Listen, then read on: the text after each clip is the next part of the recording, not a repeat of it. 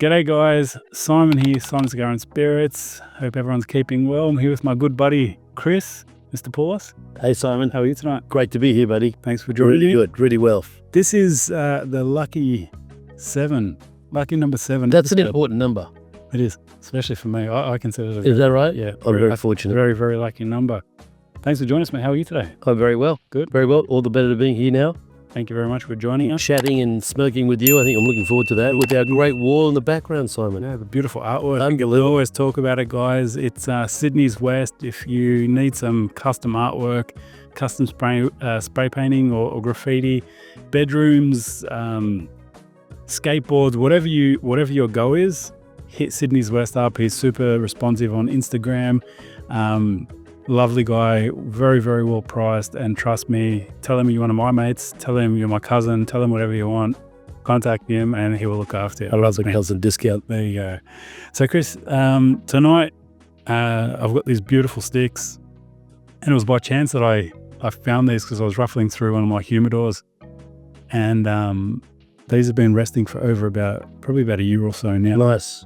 And I saw that I had 2 of these, and then I spoke to you just briefly, and I said, do you want to catch up for I had to buy, actually purchased me some cigars, which I'll take some photos of them later. Extremely beautiful sticks.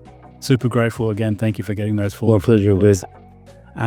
But then I saw that there was 2 of these, and I thought, well, shit, you're going to come over. Let's do a recording and talk about who Christopher Poulos is, because you've got a pretty cool, interesting story to tell about who you are. And there's some skeletons in the closets there to bring out. Yeah, absolutely. And I think it was pretty sick.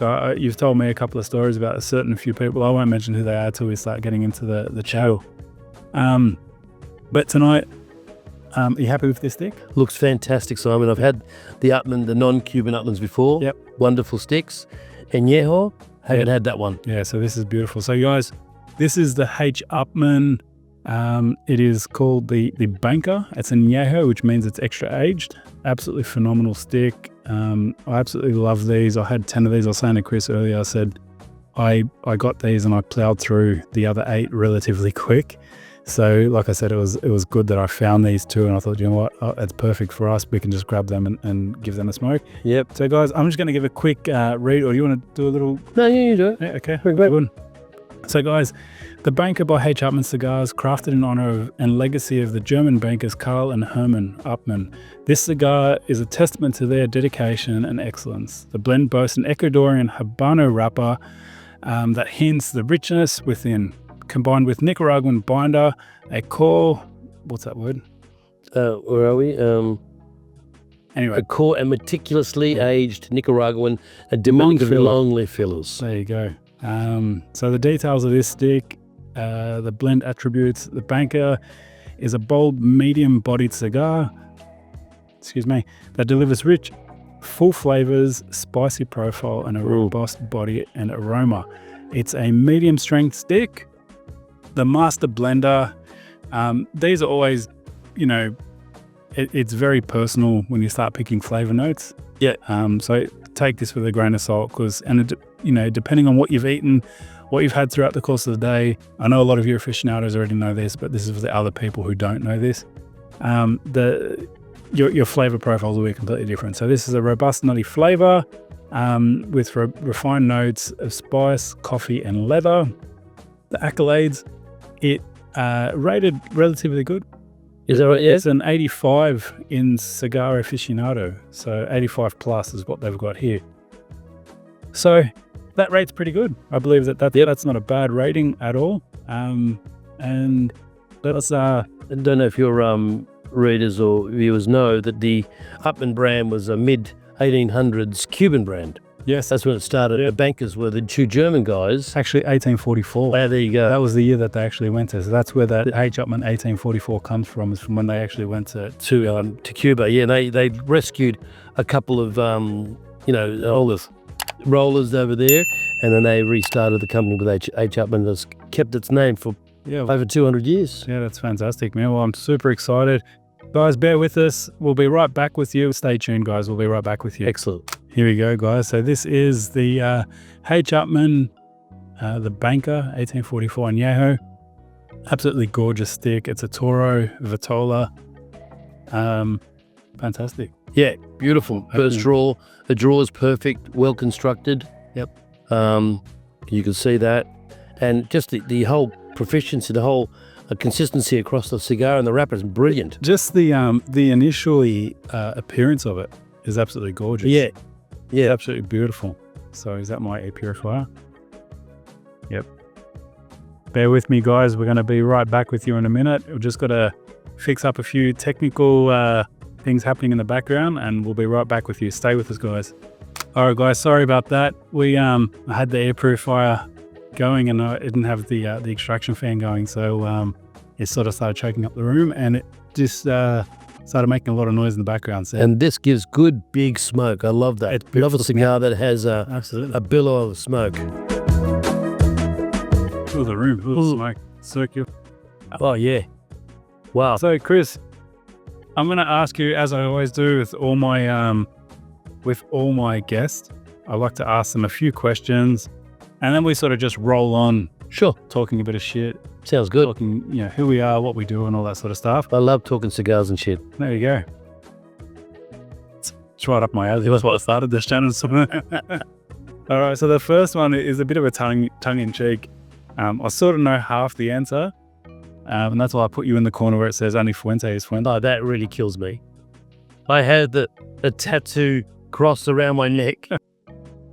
So Chris, if you were stuck on a deserted island and you only had only one cigar brand, it says only one cigar, but one cigar brand, and you only had one drink or a pairing to pair it with, what would it be? That's a killer, Simon. That is an absolute killer question. I can tell you now, immediately, my brown liquor would be cognac. Unfortunately, it's not whiskey. Yeah. It'll be absolutely cognac. And a particular brand called Hin, H-I-N-E, from a little town called Yarnak, which is very close to cognac in actual fact. I've visited the site. In Greece? No, it's not in Greece. It should have been in Greece. I'm sure it started in Greece in the first place. But that was a fantastic cognac house dating back to the late 1700s, I think. And it's a Her Majesty the Queen's certified cognac as well, which is great. Wow. I'm sure Charlie drinks it by the gallons of night. So I think that would be the choice of beverage.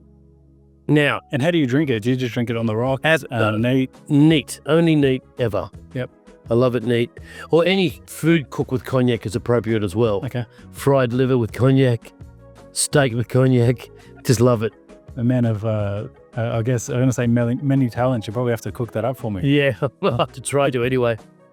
So, and the island, well, What cigars are you smoking on that island? I know what brand, but what? Well, interestingly enough, Simon, I mean, yes, you probably guessed the brand, Tatuaje. Yeah. But that was tongue in cheek when I said, guys, that he was sitting in front of Fuente. Yeah. Who was a Fuente freak, by the way? Pete Johnson. But let me tell you, I would suspect I would have a Cuban. Oh, really? Yeah. I think I grew up with Cubans. I started in my 30s with Cubans only. I never knew any of the non-Cuban brands. Yep. At that stage, they weren't really featuring on the Cigar Aficionados list, although Cigar Aficionado was pushing as much as they can the American brands. But a great Cuban to me, a Partagas, Maduro 1, 2, or 3. Oh man, they're freaking phenomenal. Just beautiful cigars. Oh, they're good. I had a. They're only relatively new though. No, they're long. The new ones, which sorry. I'm thinking of the Partagas. Yeah, no. The blue label one, the new one that's come out now. No, I was talking about the little torpedo. That's the number 2, isn't it? Oh yeah, the number 2 is, that's right, Maduro number 2. Yeah, it's Maduro. That's it. Sorry, the Maduro number 2. Yeah, they started with the 1 and then they did 2 and 3. So I think that would be probably my choice of cigar on the island. So it wouldn't be a tap. It wouldn't be a tap. It would be very close, a close second, a very, very close second. But I think, I need to have that. I'll make sure I highlight that, guys. I'll make a reel out of it. I'm going to please, Johnson. Sorry, Pete Johnson. He doesn't watch this. He's that. I'm sure he does. But he did start in Cubans anyway. Oh, wow. Yeah, his whole profile is Cuban. There you go. All right, I've got a few more questions here, and I said then we'll sort of push on. I'm going to skip the first one. So sure. No, we can talk about it. So, brand you usually smoke and why? Because we've sort of just briefly spoken about it. Well, my go-to brand every day, given Cubans have got a sticker price that's pretty shocking, is the Tatuaje brand. I smoke a lot of the different types. They've got a big variety. I love his profile. It's more towards the Cuban side. I was going to ask you, is it very Cuban-esque? Very much. He started that way. He studied Cuban cigars to the T. Yep. To the T. His boxes look the same. His bands are very similar that way. So he's Old school Cuban, though. old school Cuban. Yeah, not new school. No, not new. They're very old school Cuban-esque. Very much. They look. And they're beautiful. They're strong, stronger than soft. But I love a strong cigar, and I think the tats really come home with me. At that point, that's very good. Yeah. Thank you. And just on before I push on, if someone who hasn't smoked a Tatuaje before, what would be your suggestion? Something that's not going to blow their head off? A Miami 5 red label is the go-to standard. That's your entry level. That's a good price, under 10 US. I think they're about 8 US, something like that. And they are a great stick. Won't kill you. Nice flavor. Beautiful. Yeah. All right. How did you get into cigar collecting or cigars? And what was your first cigar purchase? Great question again. I think I was in my very early 30s or maybe in my late 20s. And I don't know what it was. It was this look about a cigar smoker I was attracted to. And but of course, I knew absolutely nothing about it. And I purchased a tin of either it was White Owl or Wee Williams. They're the Dutch frozen cigar. It's funny because everyone's like, "What's the first cigar you smoke?" And it always starts with like the Wee Williams or something along the lines. They were accessible. You can get it from a tobacconist. Yeah. They were okay. I didn't know what I was tasting back then, but eventually, of course, I started to look at premium sticks, and well, it's called wet sticks as opposed to dry sticks. They were dry sticks. I started to look at Cubans because that was the only ones available in tobacconists in Australia back in the early 1700s. They're close to 1700s. So thank you very much for aging. That was around the 1980s, 1990s, something like that. In that space. So I used to love that. What was the extra question on top of that? Sorry, let me have a quick look at it again. So how did you get into it? Yeah, you got into it. And what was your first cigar purchase? Well, so my first cigar purchase would have been a Romeo and Juliet Cedros Deluxe No. 1. Oh, wow. In a tube with the Spanish cedar surround because it was attractive. Absolutely. There's a nice tube. I think Romeo is one of those brands that everyone sort of knows. Like, if that and Cohiba. If you ask anybody about Cuban cigars, the first two they talk about is a Monte Cristo or a Romeo and Juliet. Yeah. They don't know the bigger brands. Yeah, absolutely. So that's what I purchased, I remember. It was a tobacconist in King's Cross, in actual fact. It still exists today. Oh, really? Yes. They still sell cigars? They still sell cigars. Wow. Yeah. And exorbitant prices, of course. Oh, I mean, that's Cuban cigars. Yeah. We've got another question here. What factors to consider when choosing cigars for collection? Is it flavor, size, brand, or something else?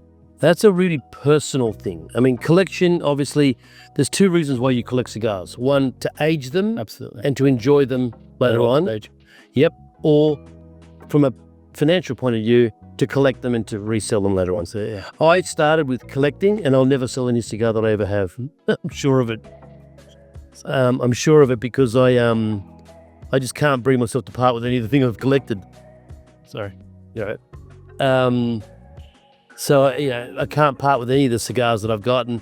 I'll just keep pulling out a cigar every birthday, every important event, and I've got a very important event coming up. My daughter is going to give birth to our first grandchild. Congratulations, man. So yeah, I thought to that. That's absolutely. That is one of those. I guess one of those. Like very, very important, memorable. Absolutely. And I'm all for it. I'm all for like having a beautiful cigar. Where some people just don't understand. Like where, again, like I mentioned, you bought me those really beautiful sticks up there, and there's 3 of them there, and I've got 3 children. Fantastic, wonderful. That's why you chose 3, right? I've got 3 sticks to obviously smoke on a very important day their birthdays or whatever it may be, weddings or whatever it may be. So that's why I've selected. So they'll be aging for a very, very long time. Wow. In my humidors. So very symbolic. I just love the symbolism behind smoking cigars. Like, you can smoke cigars every day, don't get me wrong. I'm not talking about you just have to save them all the time, but it is really lovely to smoke a beautiful cigar on a beautiful occasion. It's interesting that you say the word symbolism. I mean, when Columbus first hit Cuba and saw the Taino Indians having bunched up leaves and lighting them and the smoke going up into the sky, through some sort of level of conversation, they worked out that this was smoke going to their gods. Yeah. So I guess we're doing a similar sort of thing, offering up. Yeah. And that's that level of, I don't know what it is, spirituality when you have a cigar. I just love that feeling. Absolutely. And someone else, a good friend of mine, Peter Schmidt from up in Queensland. Pete, no way, brother. He mentioned something similar to that about offering it up, right, as like an incense. The lines of that. And Pete, I will get you on here soon enough, bro. Bear with me. Good stuff. Just trying to get through everyone. Yeah, it's funny you say that offering it up to the gods. Just what are your thoughts on this stick?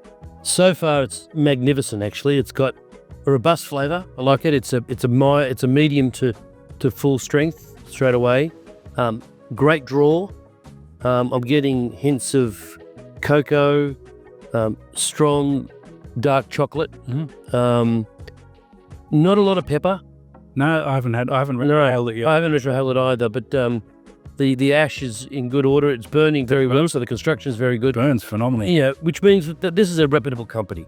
And I always talk about bang for buck sticks, and this is for me, this is like a pinnacle of bang for buck. This is, I think, around about $8 or something. No, wow, $8 US stick. Not saying that, like, I love you dearly. You're a good friend of mine. Yes. I would have loved that more expensive, but much more. I gave you a much more expensive stick, but before we went into live. So don't judge me on this. But no, in all seriousness, like, you don't have to spend a lot of money to get fucking. You stick. don't, and that's the misconception with the Cuban side. People get brand that brand, what's the word? Brand bending is what I think. Yeah, and they just sort of, they see a brand like, oh, I've got to get that, and it's super expensive, and it must be a phenomenal stick where you smoke it. And I've had the pleasure of smoking some expensive cigars. And I've been, as we mentioned earlier, about a different brand that we're talking about that I'm absolutely loyal to, absolutely love. And one of their sticks that I just said, for me personally, I didn't enjoy it all that much. Interestingly enough, you talk about brands. My daughter, hi Christiane, she's a wine sommelier, and she knows brands, of course, from different regions around the world that she studied, and she goes for those brands that aren't that well known, are very priced, appropriately, and have an amazing flavour. Of course, once that brand gets out and gets and it starts to jump in price. But I'm always a big fan of bang for buck, and that's why I say, like, this is a great bang for buck stick. It's not saying just because it's a cheaper stick, but you get a lot for it. You get a lot of goods. Like, you guys can see that. I don't know if you can see that. It's got beautiful burn. For me, it's eyeliner. It's got a stack of dimes on there. It's like you can see the beautiful layered tobacco, beautiful draw, beautiful flavor in my mouth, beautiful smoke out. So, guys, definitely a stick to look into. The H. Upman. The Banker and Yahoo. It's definitely a go for me. Interesting, Simon. Whenever I have a cigar for the first time that I haven't tried for a while, I think, do I buy 1, 6, or a box? Yeah. This is a box. Yeah. This is a box. So the price. Yeah, exactly. Because you could grab it, smoke it. If you're having a shit day, you could grab it, smoke if you're having a good day. It doesn't matter. Sometimes you'll reach for an expensive stick when you've had a shit day and you're not going to get the most out of the stick because your mindset isn't right, you're not feeling good. There's a whole raft of things.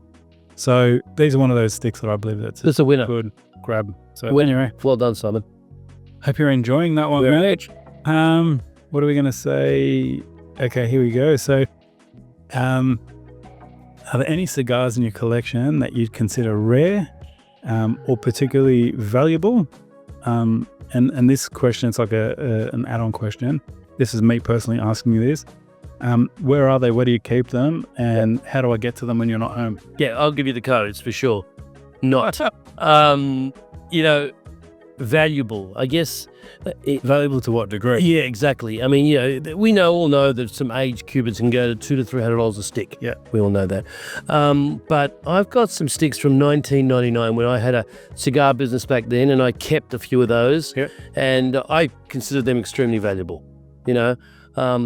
There's some Trinidads in that group, the very first of the Trinidad Fundador that was released in 98. Shit. Yeah, so I've got that, and some Cohiba sticks as well from that era. Just throwing a price, what do you reckon something like that would be worth? I guess if you look at Bond and Roberts, they're the big auction house around the world, they'd probably be around a couple of $100, I'd say. I reckon a lot more than that, bro. Maybe. I'm not going to fight with them. They're going to be buried in the coffin with me. Burn them as well. Chris is getting cremated, so he can say, no one's getting those fucking sticks. They're coming with me.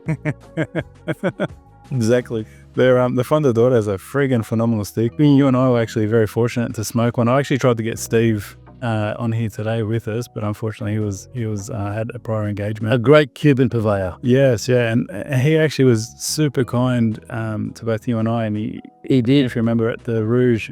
I've still got the spare one that he gave us. And that was absolutely phenomenal, man. When I smoked it, I still remember asking him, I said, Steve, how old's this Cuban? And he's like, it's a fresh roll. And I was like, you're freaking kidding me. I think it was like a 2000. I had probably about a year on it. So not, we're not talking 10 years or 15 years. It was friggin' superb, and it was beautiful. Yep. Does people know the story about Trinidad? No. Oh, you can. Yeah, they probably commonly know. But anyway, Fidel Castro, his favorite was a Lancero Cohiba out of the Leguido factory. And it was the Cold War back then. The Russians, the US, Cuba was embargoed, of course. And Fidel was very concerned about any exploding devices in his cigar.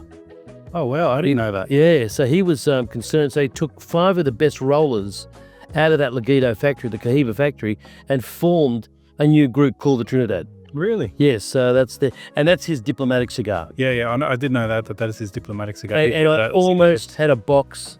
Susie Moroni, I don't know if you remember her, she actually swam from Miami to Cuba, and Fidel, when she landed in Cuba, I think it was Baracal Beach, which is the north side of Cuba, she was given a box of Trinidads, and she brought it back to Australia, and I begged her for it. I begged her, and no. And what she did was just kept them in a closet. Oh, they'd be dried cardboard now by now. Yeah, I think if I signed it, I was like Fidel, so valuable. Yeah. That's the sort of stuff you'd see. We mentioned them earlier, the Sahakians. That's the sort of stuff that you find. That's exactly right there. There's body rarities there. In their fault. I think I watched a YouTube clip of them. They actually had a box. It was one of one. It was a cabinet of like 50, I'm going to say like Cohiba Cigars 6s or something. That was signed by Fidel. Yeah. And they're like, even to him, the old man, Sahakian, yeah. But Edwin, I think his name, Edward. Edward, yeah. And I think Kirby Ellison actually mentioned it, and he said, what would something like this be worth? And it's like, you just literally can't put a price on it. No, there's no way he would ever sell that. No, I mean, that's the sort of thing that even if you did, like, not that they would, because, God bless them, they seem to be financially established, but a collector would throw any kind of money at Yeah, exactly. That's it. It wouldn't be to smoke. It'd be just more to have that in your collection. Yeah. Say that you've got it. It's a box, one of one, signed by Castro. That's the pinnacle. Mecca. Like, yeah, the pinnacle of Cuban cigars. You asked me where I kept my cigars. I have a variety of humidors, but one large, tall standing one, about 5'10" in its height. I keep that for my aging, for my cigars. Yep. So temperatures are a lot lower, about 18 degrees. Humidity is down to 64. Yep. Between 60 and 64. Try and maintain it. Go as low as like really high 50s. Is that right? Yeah, I haven't done the 50s yet. High 50s. And I keep them in there, turn them over occasionally. Yeah. And leave them, at least 2 or 3 years for some of them, and just have a smoke once in a while. It's just unbelievable. I've not been lucky enough to try one of those. Yeah, Simon, you are on that list, by the way. It's a long list. I wanted to ask you, European, I asked some of the boys this the other day, and please, guys, add to the comments too. I never really say this, but add this to the comments. Let me know your thoughts on this.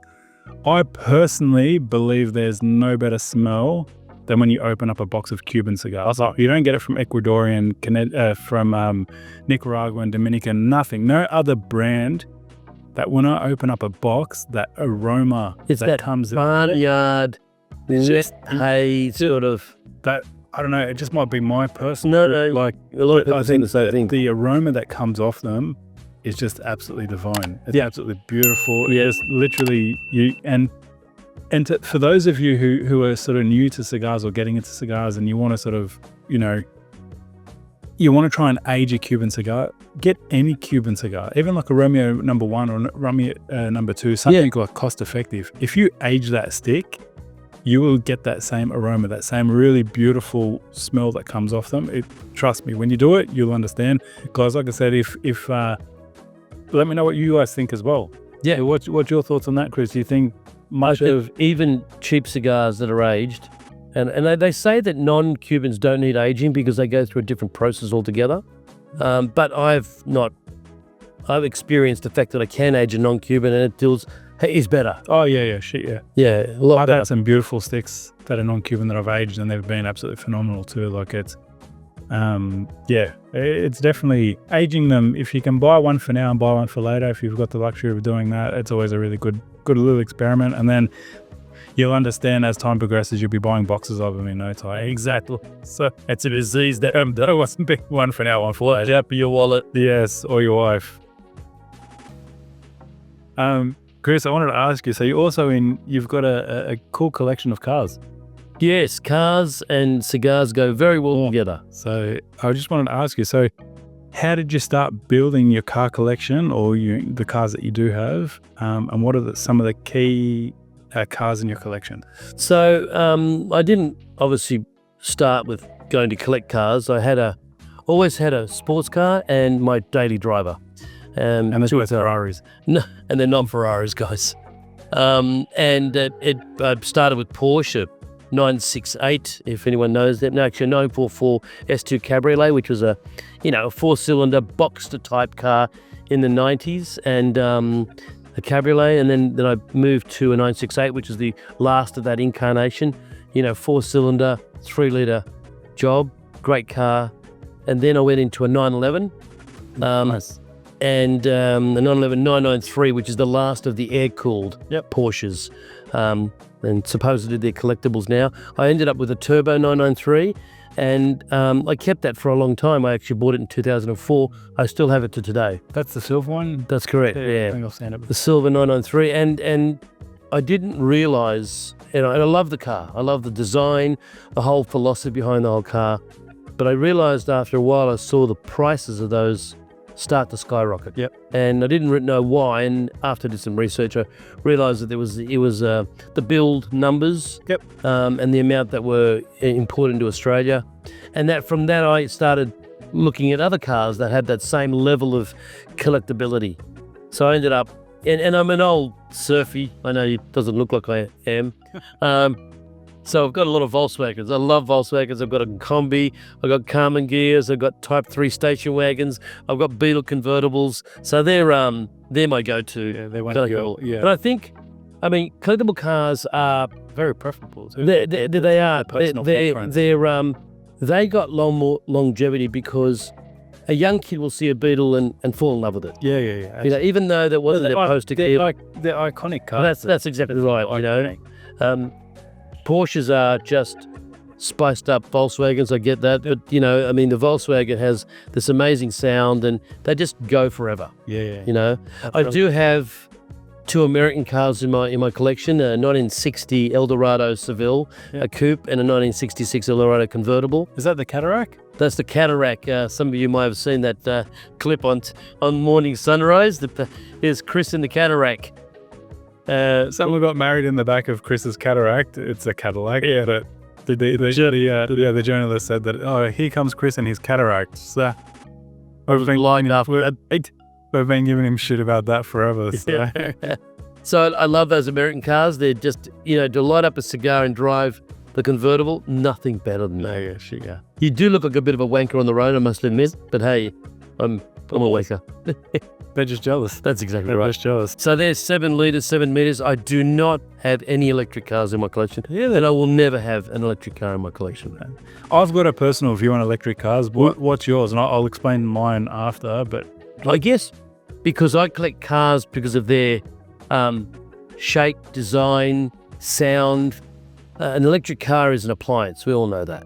It has a performance, a duty to perform, and it's just a way to go, A to B, and it just doesn't have anything for me to attract me. Mine's a little bit more personal. I watched a while ago some documentaries on YouTube. I probably always talk about documentaries. I don't know. I just love documentaries. I'm fascinated about stuff that I see all around the world. And I remember watching a documentary about cobalt mining. Cobalt mining. I'm not sure if you know anything about it. I think it's one of the ingredients. One of the main metals for the precious metals for the battery. Correct. So there's certain areas. I think it's in the Congo that they mine for it, and they've actually raped and pillaged the soil there. They've destroyed villages. There's multi-million-dollar or multi-billion-dollar companies that have taken over from, they could be Chinese companies or US companies, whatever it may be, just destroying the land, destroying the tribes, destroying the people that live in these areas. And what they're seeing, there's two big issues that I see personally with it, is that once they've started mining, they've actually got a thing called artisan mining, where you can get a license to actually start mining this. Like, you and I can go and mine. Any local dude. And what happens is when you start doing those sorts of things, there's no safety regulations. Right. So there's a lot of kids and a lot of people who are getting caught in open mines that are collapsing. That's incredible. And sad. Yeah, absolutely. It could be. I just think of my children, mate. I'd absolutely fucking be mortified if that was. I see that and I just think, man, like, it breaks my heart straight away. So got it. I don't want to contribute to that.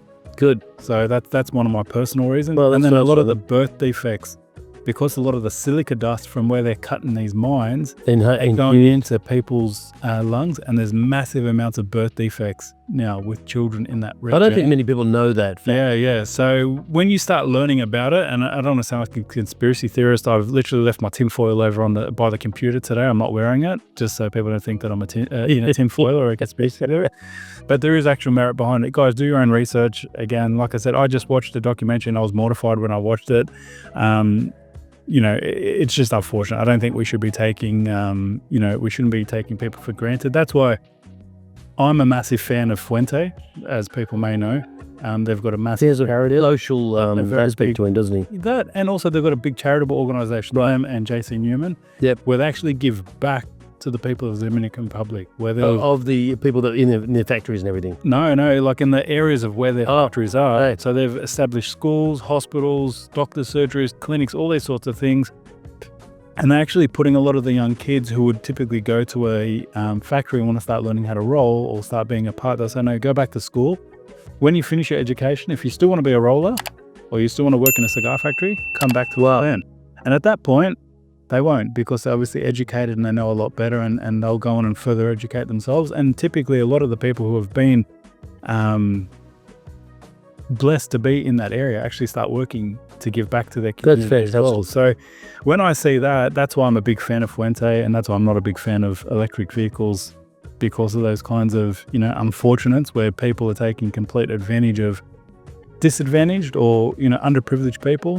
And we see a lot of that, and I'm not a fan of that sort of shit. Anyway, let's get off that topic, because we'll getting doom and gloom. And I might even buy a Fuente cigar now, given that you've given me that information. There you go. I saw you got a whole bunch. No, sorry, don't say that.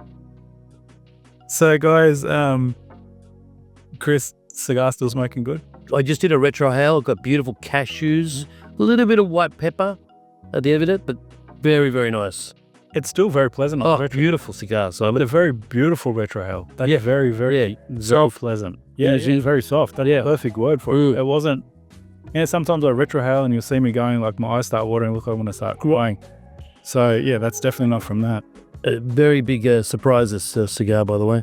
Chris, we've sort of covered that topic. I'm not going to talk about that. I was going to say, what's your rarest car? The rarest car would be the 1960 Cadillac. They made 1,139 actually. 300 on the register now, so 300 cars.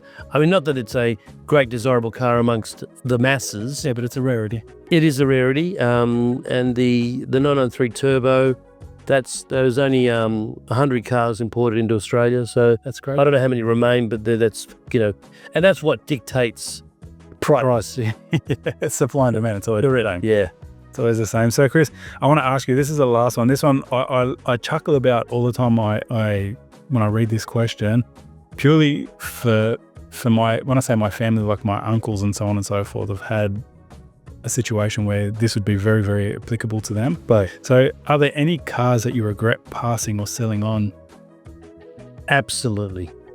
This one pains me a great deal. I always laugh about this because if you were to go back and tell younger Chris Poulos not to do that, it's killing me now. I was about to cry, but I won't. I'll hold back to the show.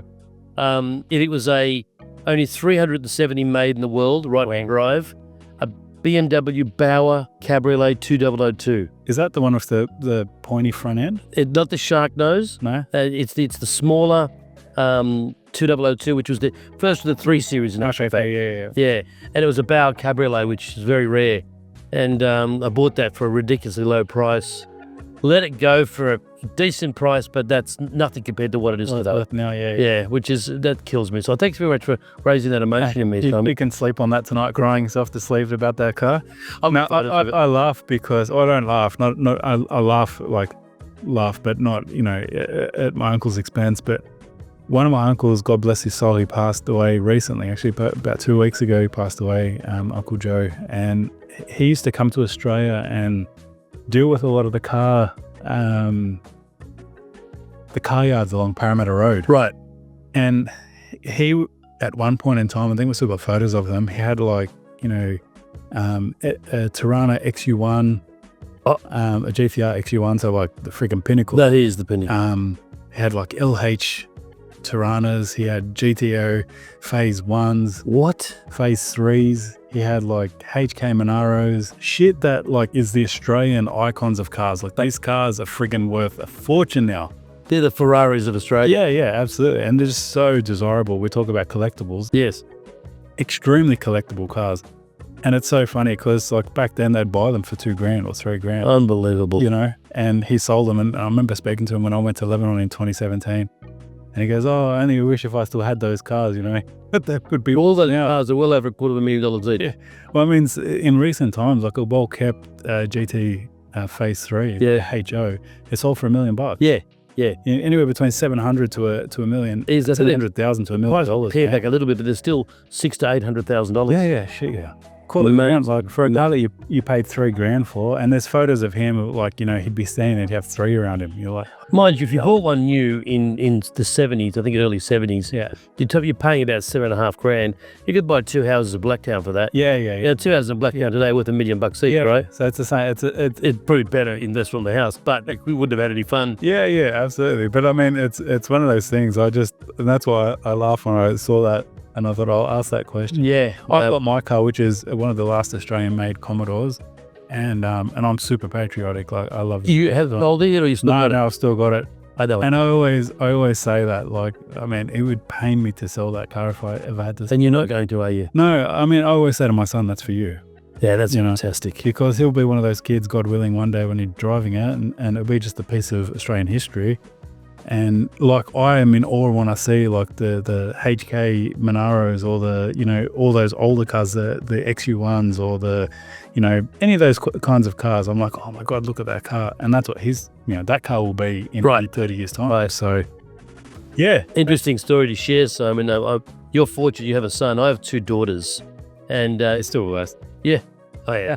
But whilst growing up, I used to take them in my shit boxes and I'd break down every single time, and they would panic and cry.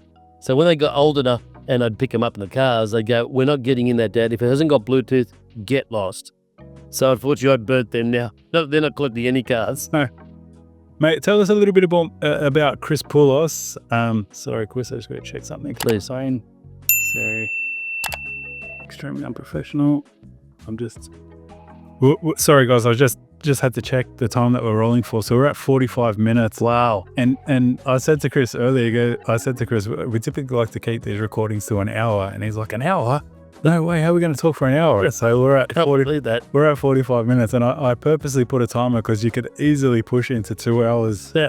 Quite easily. But so easy. So, Chris, tell us a little bit about who is Chris Poulos. You've got, like we had spoken earlier, you've got a bit of a fun, you've met some cool people in the past, some funny people.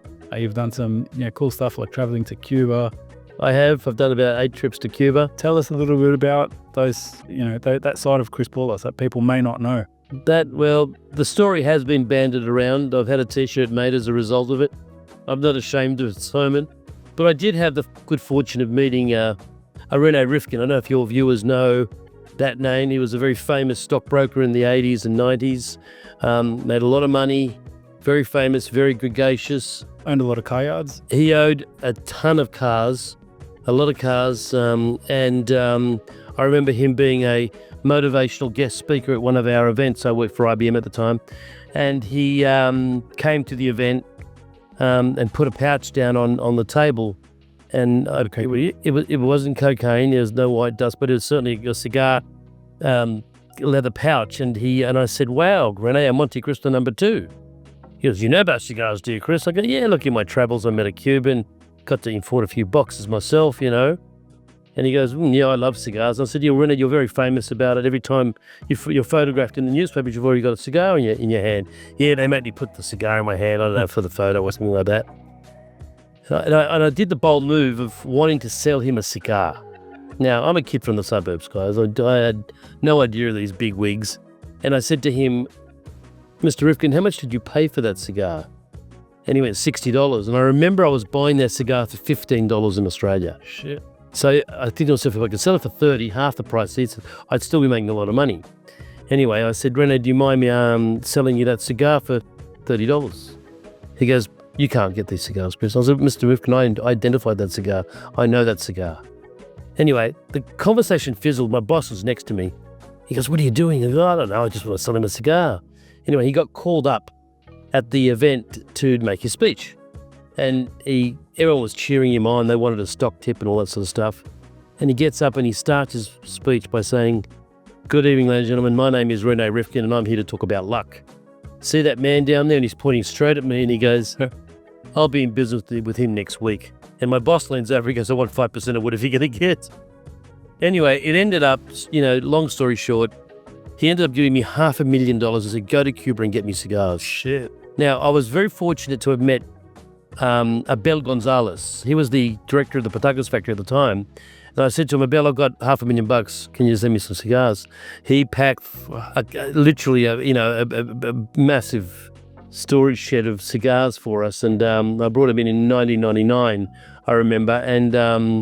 And that's where the story started with the cigars. That's incredible. And $500,000 nowadays, guys, if you don't know much about Cuban cigars, you probably buy like a box of cigars or something. Maybe half a box. You're right. Then it was you're not getting much for $500,000. Modi 2 you could buy for $7.50. Shit.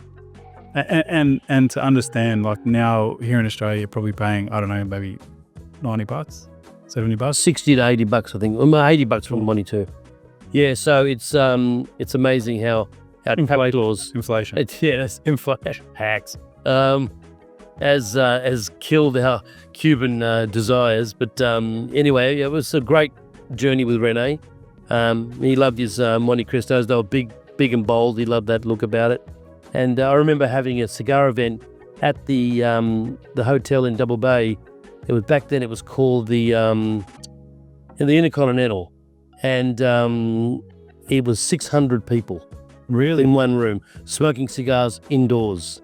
Wow. And the only sad bit to that particular event was I had rung up Kramer,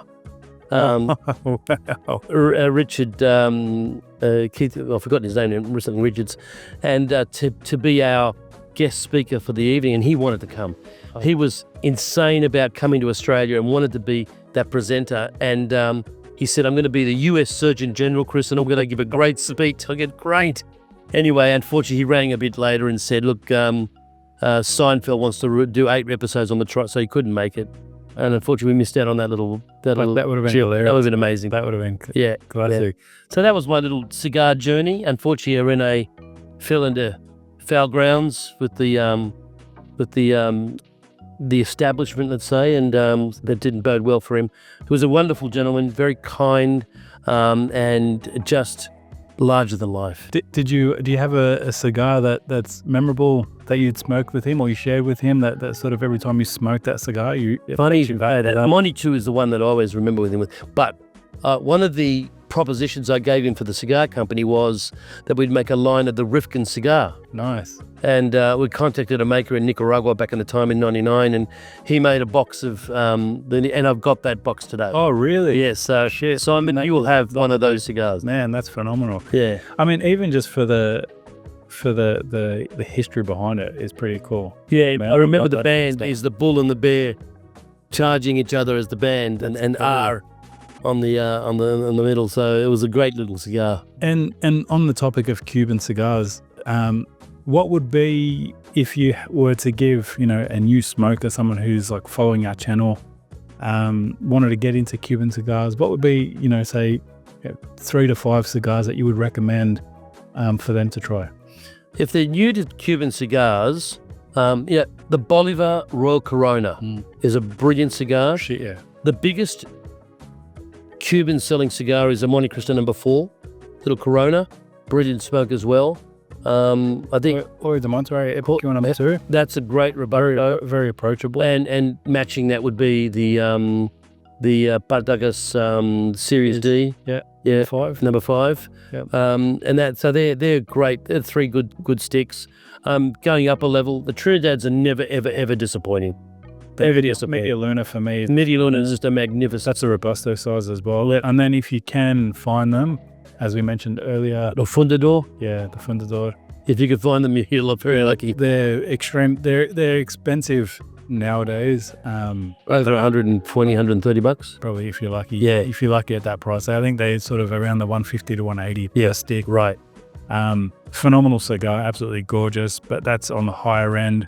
And we saw a big change in the price when China started getting involved. So as you know, China bought the export part of the Habanos brand, and that primarily fed the Chinese market.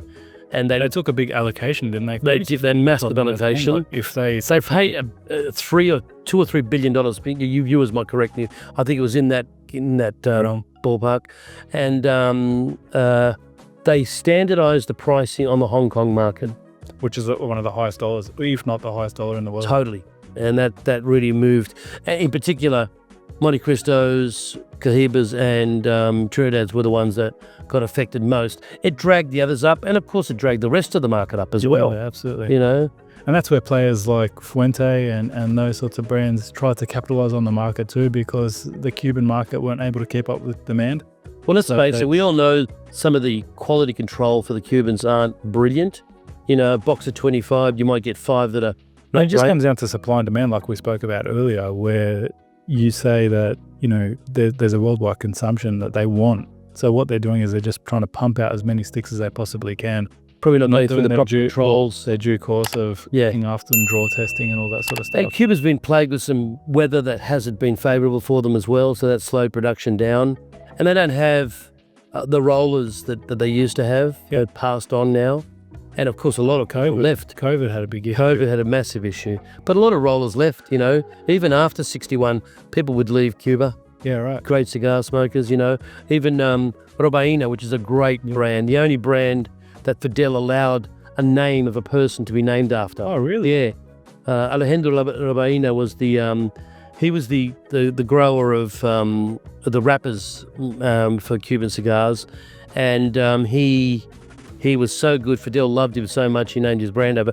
But I met his son and his grandson. His grandson has left Cuba now, Hirochi Robaina, and he's now, I think, a Nicaraguan cigar maker. Okay. Yeah, so he's got some great sticks, which are I enjoyed one of those, the Rabianas, not long ago, and it was one of the first ones that I had, and fortunate enough, it had been aged for probably about 5 or 6 years. That would have been brilliant.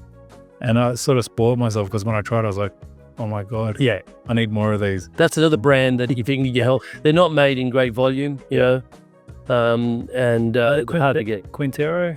Quintero is a different brand. It's a tier 2 Cuban. Yeah, but I'm saying that's as an entry point. Quintero is a great, that and Good Gyros. for buck. Very good bang for buck. The Gyros is a great Are brand. they short filled, the Quintero? The Quintero is a short filler, so it's not the big leaves, but the Vaquero is a long filler. Yeah, okay. Yeah, so it's a great cigar. There's a few that you can get. There is definitely a few you can get. Rafael Gonzalez as well.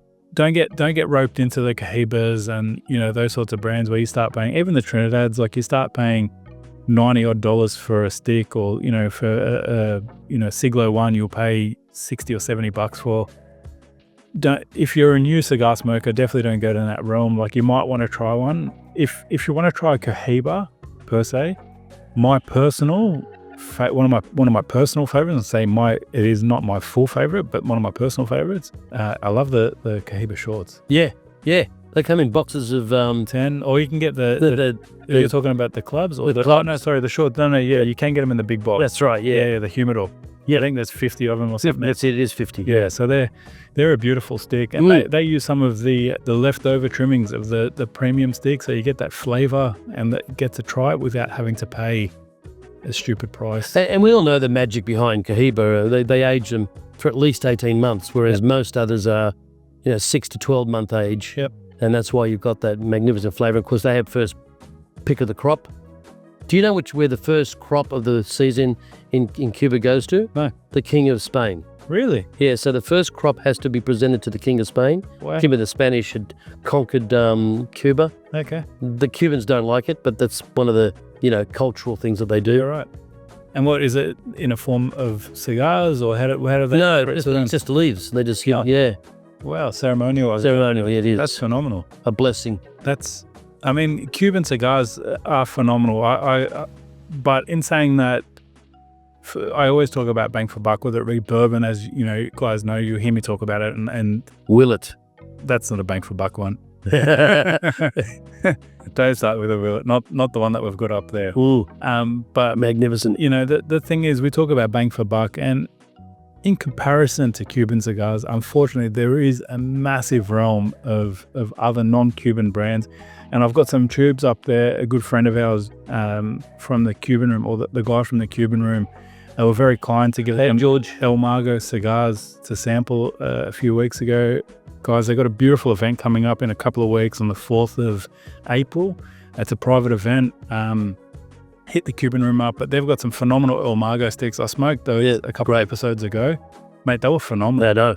And the thing is, excuse me, there's a lot of sticks, and this is why it gets tricky when you're talking about cigars, because for that $12 price point, or say $8 price point, what can you get in Cuban for that price? There's nothing really. I mean, closest is the Vaqueros or the Rafael Gonzalez. You're going to start talking about like just machine rolled. Correct. Yeah. Not premium, where if you're talking like, this is an $8 stick, how's this treating you? Oh, this is like a $30 stick. Yeah. So when you try and compare this to a Cuban cigar, the size, this is a Toro, it's a large stick, it's beautiful. If I was to try and do a comparison with a Cuban, there honestly, I'd hate to say it, there is no comparison. No.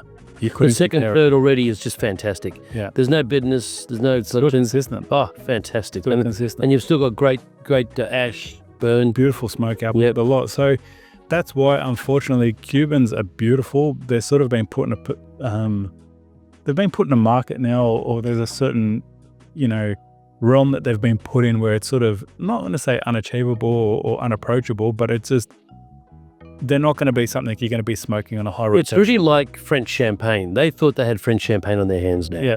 And they're going to price it accordingly. Yeah. And a vintage. They're going to capitalize on it. Of course they are. Good luck to them. I mean, they should, but unfortunately, that sort of puts it out of, like, even myself. I'm not going to smoke $170 stick or $80 stick, a couple of times a week. You just can't afford that. No way. Sort of expenditure, you know what I mean? So, but in saying that, there's a shitload of sticks. I will have one good Cuban every week. Okay. Because that's 52 weeks, 2 boxes of Cuban cigars, basically. But you're rich. No. Far from it. I'm not rich anymore because I like cigars. First, you spend all his money buying cigars. But it's one of those things, guys. Definitely try a Cuban stick. Try an aged Cuban stick. Even buy, if you've got the luxury of being able to buy a few of them. Smoke one now, smoke one in a year, smoke one in a few years. I think that narrative is great to have, yeah. See the difference, Absolutely. So like I said, and even buying some of the cheaper sticks. Like I said, the Monty 4s and Monty 5s. Great. And putting them away. I think I had some open... Is it the open? Not going to say Open Master or the Open Master, the small. Yes, it's like a number 5. I think they were from 2010. Yes, I've got a box of those. They were phenomenal. Yes, they are. They were phenomenal. They're used to floating around at a really good price too. Yeah, They're overly $20 a piece, 20 to 30 bucks a piece. And like, even if you're paying 30 or 40 bucks for something like that, Still worth it. it's still worth it because of the age statement. You know, Have it at your special go-to once a month, once every couple of weeks, you know. And I think they come in a box of 10. So They do, yes. 10? Yeah, I think it is. Yeah. Yeah, I think so. Yeah. Anyway, but so they're a beautiful stick. Conclusion on this? What's your overall thoughts? Get your hands on them. For that price, you know, Simon, do you have these in your... I don't. But just look overseas or even look locally if you can find them locally. I don't think you're going to find them locally because it's not sort of a brand that a lot of people would keep. But I will get more of them. I tend to, like I said, it's funny because I only just found these just by sheer luck. Just lovely chocolate. Rummaging through my humidor. But right. Again, bang for buck. But it is fantastic. I'm glad you reintroduced me to this. I did have a couple of non-Cuban Upmans before. This is just lovely. I'm going down that realm recently. Sorry to cut you off. I've had like some of the Espadas, which are the Monte Cristo non-Cubans. I really enjoy the white label one as well. Absolutely. The white series, they're phenomenal. I think I've got one in here.